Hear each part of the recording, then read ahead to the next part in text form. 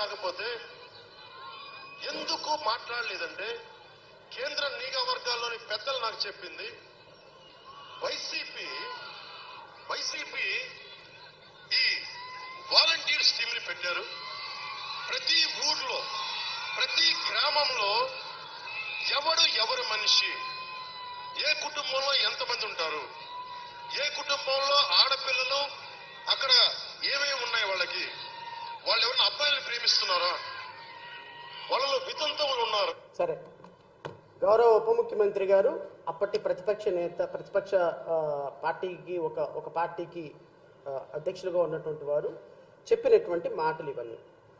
సరే, జగన్మోహన్ రెడ్డి ఒక రివ్యూ అయినా పెట్టావా, ఇది సినిమా కాదు, అరవకండి, మాట్లాడకండి, ఈ డైలాగులు కాదు, ఒక ఆడపిల్ల పోతే ఎంత భవిష్యత్తు నీకు అర్థమవుతుందా, ఇవన్నీ మాట్లాడారు.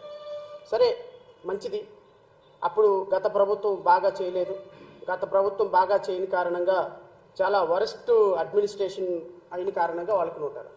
నేను 2019 నుంచి 2024 ఈ రోజు వరకు కూడా, అంటే 2019 వైసీపీ ప్రభుత్వం వచ్చిన దగ్గర నుంచి కూటమి ప్రభుత్వం వచ్చేంత వరకు ఎంతమంది అమ్మాయిలు మిస్ అయ్యారు, ఎంతమంది అమ్మాయిలు ట్రేస్ అయ్యారు, కూటమి ప్రభుత్వం వచ్చిన తర్వాత ఈ 3 నెలల 100 రోజుల్లో ఎంతమంది అమ్మాయిలు మిస్ అయ్యారు, అనేది అధికారిక లెక్కలతోటి నేను మీకు రాష్ట్ర ప్రజలకు వివరిస్తాను.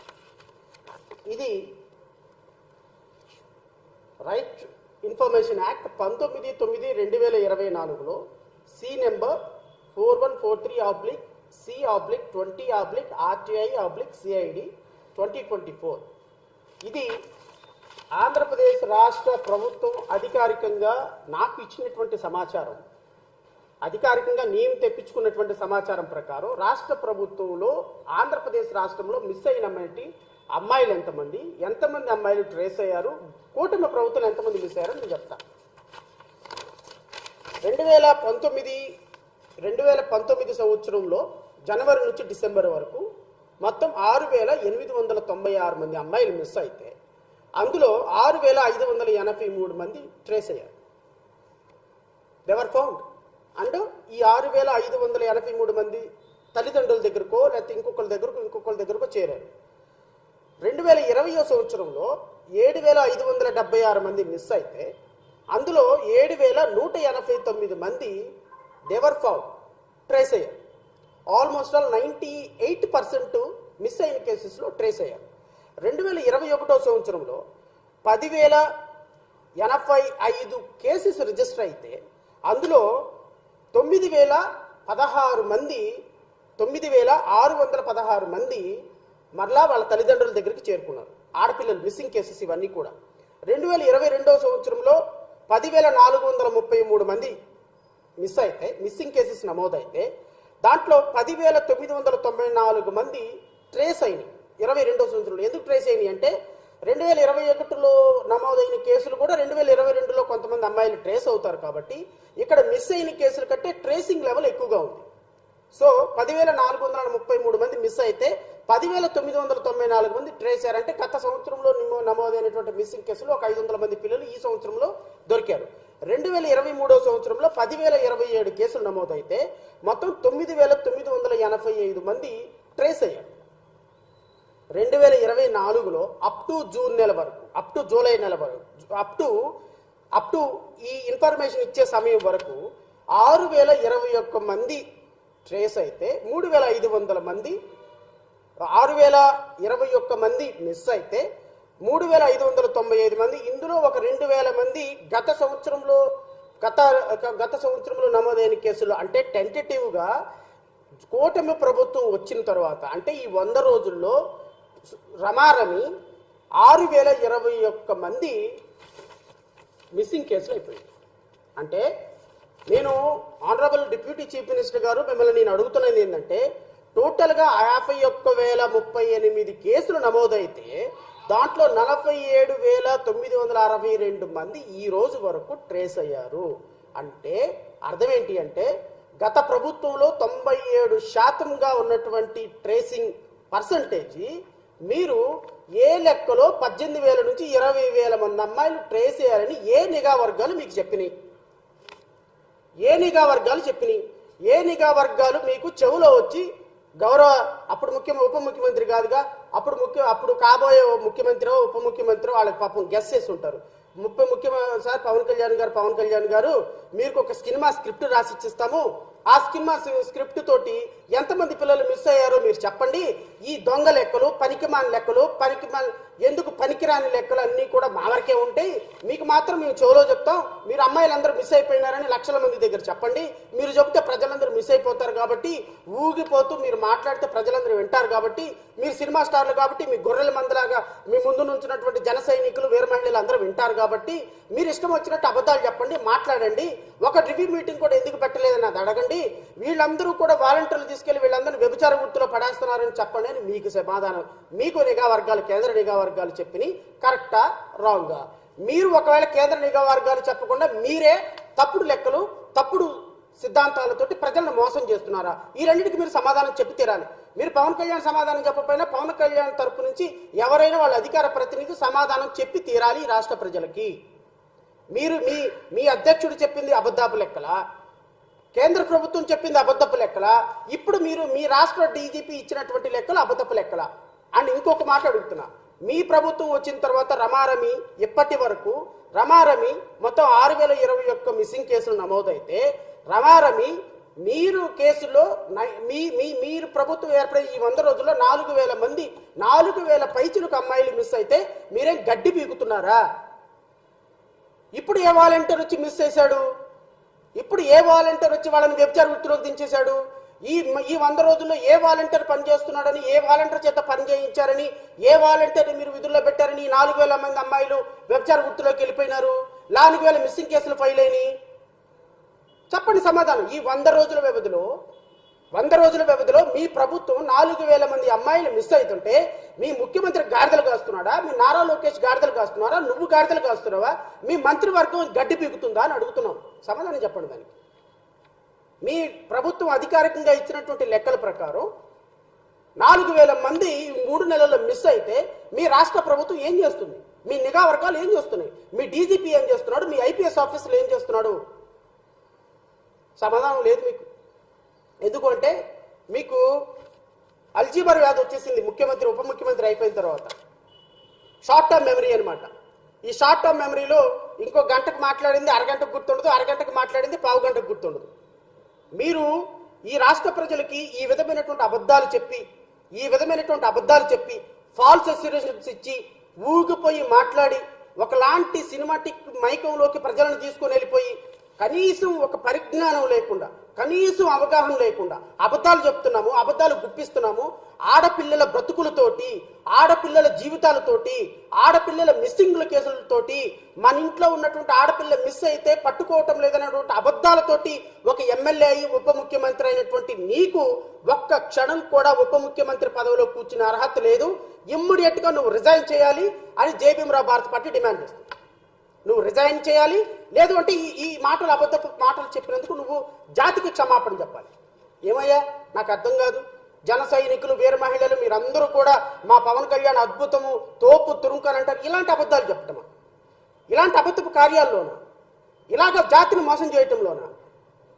లడ్డూలో ఏం జరిగిందో తెలీదు, ఎవరు కల్తీ చేశారో తెలీదు, కల్తీ మీ హయాంలో జరిగిందని తెలీదు, ప్రాయశ్చిత్త దీక్ష చేస్తారంట.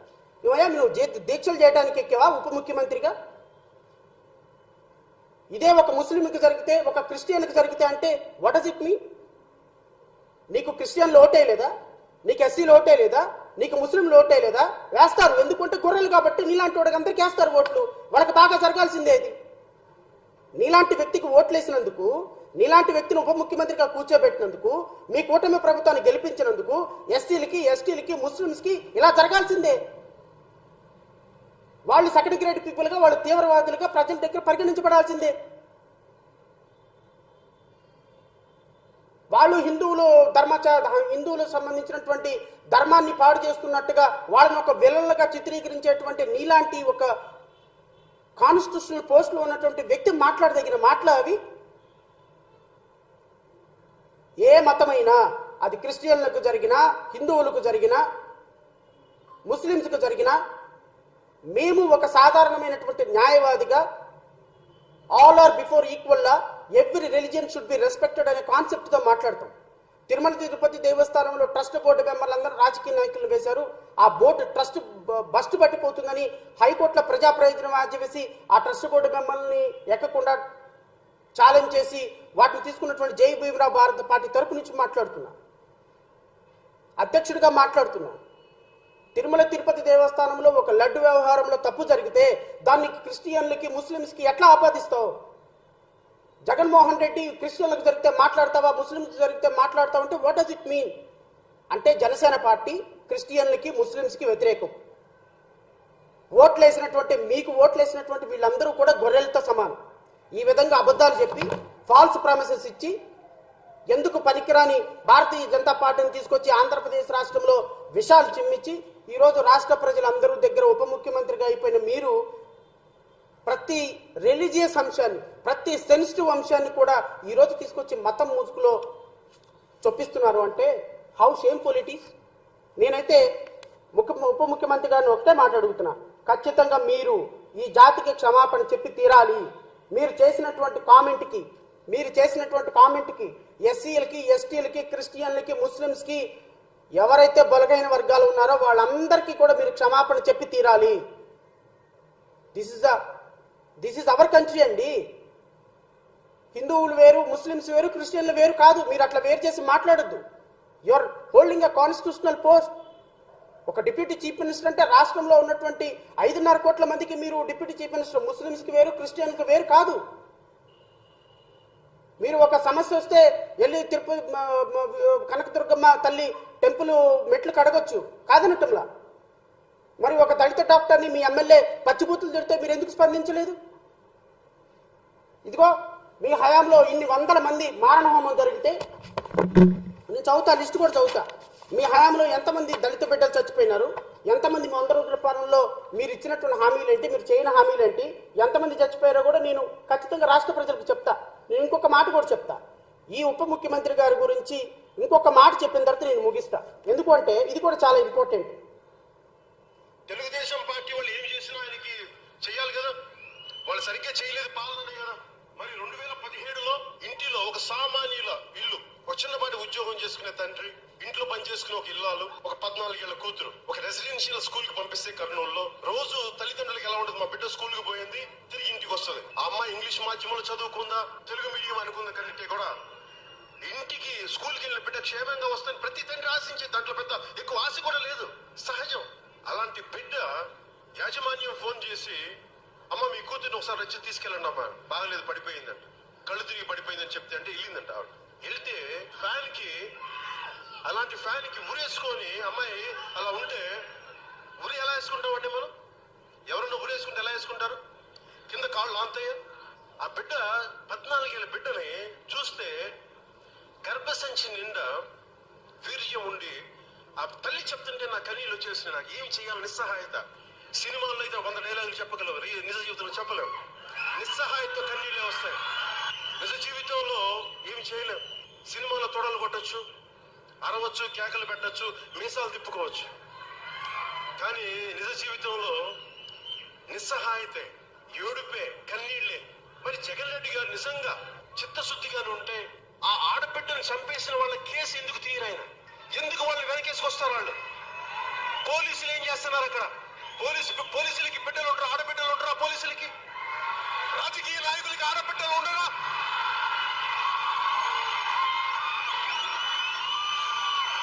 చేసిన ఆ బిడ్డని చంపేసిన విధవలకి ఆడబిడ్డలు లేరా?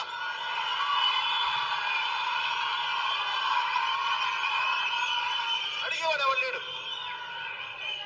ఆవిడ ఒక సామాన్య గృహిణి, లాయర్లను కూడా పెట్టుకోకుండా కేసులు వాదించేస్తుంది. బిడ్డ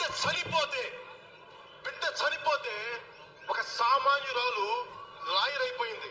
అంత ఆవేదన. ఆవిడ అంటుంది ఏంటి తెలుసా? నా బిడ్డ ప్రాణాలు పోయినాయి అన్నా, కానీ వేరే ఆడబిడ్డల మానాలు కూడా పోతా ఉన్నాయి, ఎవరు చెప్పుకోవట్లేదు. వాళ్ళని రక్షించడానికి ఈ మాట మాట్లాడన్నా. ఎక్కడో కాదు మనకి కర్నూలు కట్టమంచి రామలింగ. ఈ నీతి ప్రవచనాలు ఇంకా వెళ్ళలేవులే కానీ రాష్ట్ర ప్రజలకి నేను గౌరవ ఉప ముఖ్యమంత్రి గారిని అడుగుతున్నా. 2017లోనో 2018లోనో సుగాలి ప్రీతి అనేటువంటి ఒక పాప కేసుని మీరు తీసుకొని దాని మీద రాష్ట్రం నలుమూలల నుంచి నరాలు తెగిపోయేటట్టుగా, మైకులు పగిలిపోయేటట్టుగా మీ వీర మహిళలు, జన సైనికులు మాట్లాడినారు. మీరు కూడా మాట్లాడారు. పాపం ఆ తల్లి బిడ్డ చనిపోయిన ఆ కేసు మొదటగా నేనే వాదించాను, తర్వాత కూడా నేనే వాదించాను. తర్వాత మేమేదో నిందితులతో కుమ్మక్క అయిపోయినామని పాపం ఆవిడకి ఎవరో రాంగ్ ఇన్ఫర్మేషన్ ఇచ్చిన కారణంగా వాళ్ళకి నాకు కొంచెం గ్యాప్ వచ్చిన కారణంగా వాళ్ళ కేసు నేను కూడా వదిలేశారు. వాళ్ళ పని వాళ్ళు ఏదో చూసుకుంటున్నారు. దాన్ని గౌరవ ఉప ముఖ్యమంత్రి గారు టేకప్ చేసి గొంతు చించుకొని రంకెలు పెట్టి కర్నూలు వెళ్ళి పెద్ద పెద్ద మీటింగులు పెట్టి పెద్ద పెద్ద అడావుడి చేసి ఆ అమ్మాయికి నేను ప్రాణం ఇస్తాను, వాళ్ళని ఉరిశిక్ష వేస్తాను, కట్టమంచి రామలింగారెడ్డి కరస్పాండెంట్ని స్కూల్ వాళ్ళని చంపేస్తాను, పోలీసులు ఏం పీకుతున్నారు, జగన్ రెడ్డి ఏం పీకుతున్నాడు. నువ్వేం పీకుతున్నావా? ఇప్పుడు నువ్వు గడ్డి పీకుతున్నావా? నువ్వేం పీకుతున్నావు ఇప్పుడు ఉప ముఖ్యమంత్రిగా? పిలువు. కట్టమంచి రామలింగారెడ్డిలో కాలేజీలో యాజమాన్యాలు నిందితులుగా ఉన్నటువంటి నిందితులకి ఉరిశిక్ష చేయించు. ఇమ్మీడియట్గా వాళ్ళని స్పెషల్ ట్రిబ్యునల్ కాన్స్టిట్యూట్ చేయి. CBI enquiry. ఇంకోటి కూడా చెప్తా, మేము పెట్టినటువంటి ఎఫర్ట్స్ వల్ల, మేము వేసినటువంటి కేసు వల్ల, మేము వాదించినటువంటి విధానం వల్ల GOMS number 56 dated 28/5/2020 under section 6 of the Delhi Establishment Police Act 1946, the government of Andhra Pradesh hereby accord consent to all the members of Delhi Police Establishment to exercise the power of the jurisdiction of the member of the Delhi Police Establishment in the whole the state of the Andhra Pradesh for the investigation into the case registered by the Kurnool and Taluka Police Station, wide FIR crime number 2021/2017 under section 302, 201 read with section 34 of IPC and section 3 subclause 2B of SC/ST/POA Amendment Act 2015 under section 10 of the POCSO Act 2015 charged under section 306 and 34 of IPC on alleged rape and murder of girl by name Sogali Preeti so and so 10th class కట్టమించి Ramalingar so and so. 2020 సంవత్సరంలో ఆంధ్రప్రదేశ్ రాష్ట్ర ప్రభుత్వం ఈ కేసును సిబిఐకి బదలాయిస్తూ సిబిఐని investigation చేయమని ఇచ్చినటువంటి GO. ఈ జీవోను కూడా ఇంప్లిమెంట్ చేయకపోతే సిబిఐ వాళ్ళు ఈ కేసు మేము తీసుకోము, ఇది చాలా చిన్న కేసు, మాకు స్టాఫ్ లేరు, మేము ఇన్వెస్టిగేషన్ చేయము అని రాష్ట్ర ప్రభుత్వం రిక్వెస్ట్ చేసిన తర్వాత చేయకపోతే దీన్ని మళ్ళీ హైకోర్టులో వేసి సిబిఐ ఇన్వెస్టిగేషన్ చేయాలని హైకోర్టులో వేసి ఫైట్ చేసాం మేము. సరే, సబ్సిక్వెంట్గా తల్లిదండ్రులకు నమ్మకం లేదు, వాళ్ళ కేసు వాళ్ళు తీసుకొని వెళ్ళిపోయినారు, that is a different issue. But నా దగ్గర కేసు లేకపోయినా సుగాలి ప్రీతి అనేటువంటి ఒక ట్రైబల్ పాపకి, ఒక నిరుపేద 10 సంవత్సరాల పాపకి నువ్వు చెప్పినట్టుగానే చనిపోయిన పాప గర్భం నిండా వీర్యం ఉన్నటువంటి పాపని ఈరోజు తెలుగుదేశం పార్టీలో ఉన్నటువంటి ఈ నాయకులందరూ కూడా, వాళ్ళు వైఎస్ఆర్ కాంగ్రెస్ పార్టీలో ఉంటే వైఎస్ఆర్లు, తెలుగుదేశంలో ఉంటే తెలుగుదేశం పార్టీలో కూటమి ప్రభుత్వంలో ఉన్నటువంటి ఈ కాలేజీ యాజమాన్యం మీద నువ్వెందుకు చర్యలు తీసుకోవడం లేదు చెప్పు. సెంట్రల్ బ్యూరో ఆఫ్ ఇన్వెస్టిగేషన్ కేంద్ర ప్రభుత్వ సంస్థ, ఆంధ్రప్రదేశ్ రాష్ట్రంలో కేంద్ర ప్రభుత్వంలో ఉన్నటువంటి భారతీయ జనతా పార్టీ కూడా కూటమిలో భాగస్వామ్యం కాదా? భారతీయ జనతా పార్టీ ఆంధ్రప్రదేశ్ రాష్ట్రంలో అధికారంలో లేదా? ఆంధ్రప్రదేశ్ రాష్ట్రంలో పురంధేశ్వరి లాంటి వ్యక్తుల్ని మెంబర్ ఆఫ్ పార్లమెంట్లుగా గెలిపించలేదా? ఆంధ్రప్రదేశ్ రాష్ట్రంలో భారతీయ జనతా పార్టీ, జనసేన, తెలుగుదేశం పార్టీతో కూడిన కూటమి కాదా అధికారంలో ఉంది? మరి కూటమి ప్రభుత్వం అధికారంలో ఉండగా 2020 సంవత్సరంలో సిబిఐ ఎంక్వైరీకి ఆర్డర్ చేసినటువంటి రాష్ట్ర ప్రభుత్వ జీవోని ఎందుకు ఇంప్లిమెంట్ చేయించలేకపోతున్నావు నువ్వు? భారతీయ జనతా పార్టీ ఎందుకు అడగటం లేదు? భారతీయ జనతా పార్టీ పరిధిలో, భారతీయ జనతా పార్టీ అండర్లో పనిచేసే సెంట్రల్ బ్యూరో ఆఫ్ ఇన్వెస్టిగేషన్ ఈ కేసును టేకప్ చేయటంలో ఏంటి ప్రాబ్లము? అంటే నిందితులతో కుమ్మకైపోయినావా? నిందితులు నీకు కుమ్మకైపోయినారా? సుగాలి ప్రీతి కేసు ఎలక్షన్ మేనిఫెస్టోలో, ఎలక్షన్ ఎజెండాలో వచ్చేసింది కాబట్టి సుగాలి ప్రీతి కేసు అయిపోయిందా? సిగ్గు లేకుండా ఉప ముఖ్యమంత్రి అయ్యుండి ఒక ఆడపిల్లను పట్టుకొని ఆమె దగ్గరికి వెళ్ళి పంపించి, వనిత ఆమె హోమ్ మినిస్టర్ దగ్గరికి పంపించి సిఐడికి హ్యాండ్ ఓవర్ చేస్తావా? సిఐడికి నువ్వు హ్యాండ్ ఓవర్ చేసేది ఏందయ్యా? సిఐడికి నువ్వు హ్యాండ్ ఓవర్ చేసేది ఏంది?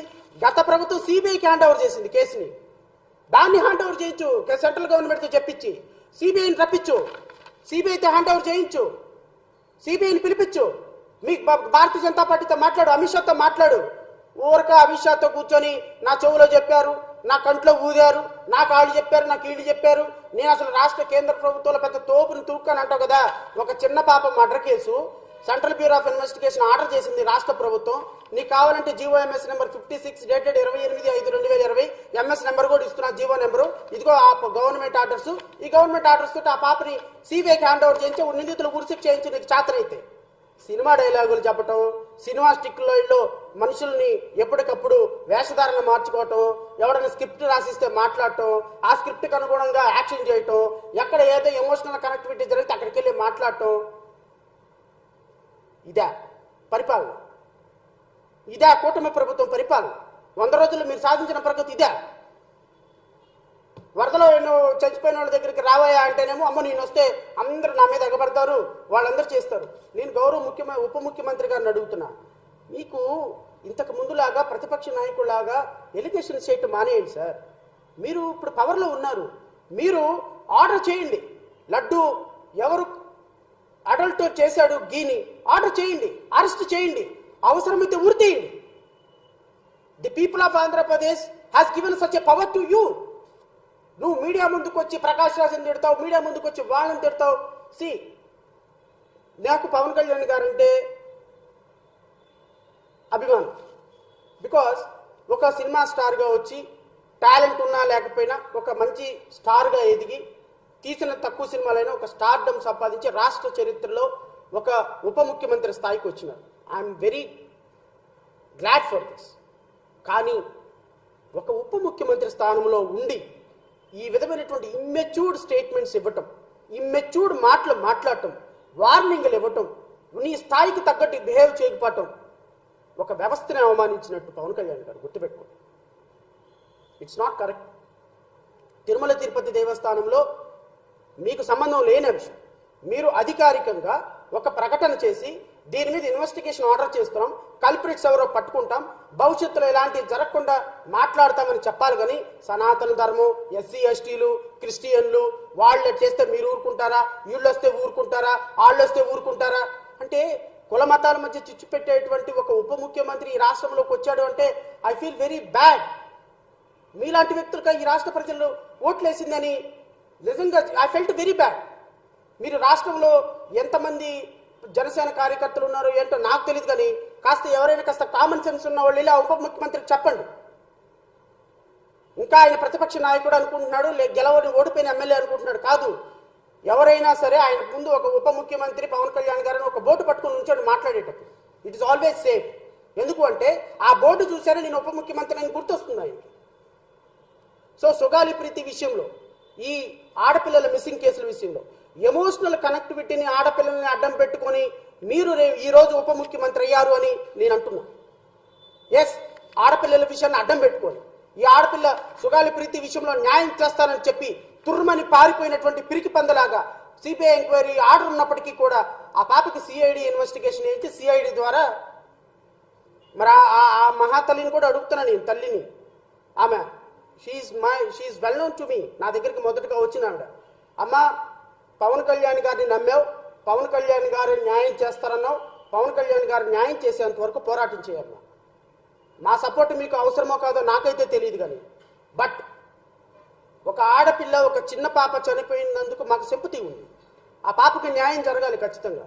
మీరు ఏమన్నా పవన్ కళ్యాణ్ గారు న్యాయం చేస్తాడు, ఇంకో 5 సంవత్సరాల వరకు న్యాయం చేస్తాడని ఆగారనుకో, ఆగండి, అది మీ ఇష్టం. కానీ ఖచ్చితంగా మేము మాట్లాడతాం. అబద్ధాల పునాదుల మీద కట్టినటువంటి పవన్ కళ్యాణ్ గోడని ఖచ్చితంగా కూలగొట్టి తీరాల్సిందే, నో డౌట్. ఇలాంటి వ్యక్తి ఖచ్చితంగా రాష్ట్రానికి, రాష్ట్ర ప్రజలకి చాలా చాలా బ్యాడ్ సిగ్నల్ వెళ్ళే అవకాశం ఉంది. కాబట్టి ఖచ్చితంగా నేను పవన్ కళ్యాణ్ గారి విషయంలో మరొకసారి నేను వారిని కోరుతున్నా, దయచేసి మీరు ఇప్పుడు మిస్ అయిన కేసుల విషయంలో పట్టించుకోండి. గత సంవత్సరం మిస్ అయిన కేసులు మీరు అన్నట్టుగా 20,000 మంది అమ్మాయిలను తీసుకురండి. ఎక్కడ ఉన్నారు, ఎవరు అమ్మాయిలను తీసుకొచ్చి ప్రజలకు అప్పచెప్పాలని డీజీపీతో రివ్యూ మీటింగ్ పెట్టి దీని మీద ఒక స్పష్టమైన ప్రకటన చేయాలి. చేయకపోతే 5 సంవత్సరాల పాటు నేను ఇదే మాట్లాడతాను. మీరు ఇది నేను తప్పుగా మాట్లాడాను అని మీరు అధికారిక ప్రకటన వచ్చేంత వరకు నేనైతే వదలను. ఖచ్చితంగా మాట్లాడి తీరుతా. దీని మీద మీరు ఏ విధమైన చర్యలు తీసుకున్నా I'm ready. I don't have any objection. ఇక ఈ కూటమి ప్రభుత్వం ఏర్పడిన తర్వాత 100 రోజుల సమయంలో ఈ కూటమి ప్రభుత్వం చేసినటువంటి ఘనకార్యాలు ఏంటి నేను అడుగుతున్నా గౌరవ ముఖ్యమంత్రి గారిని.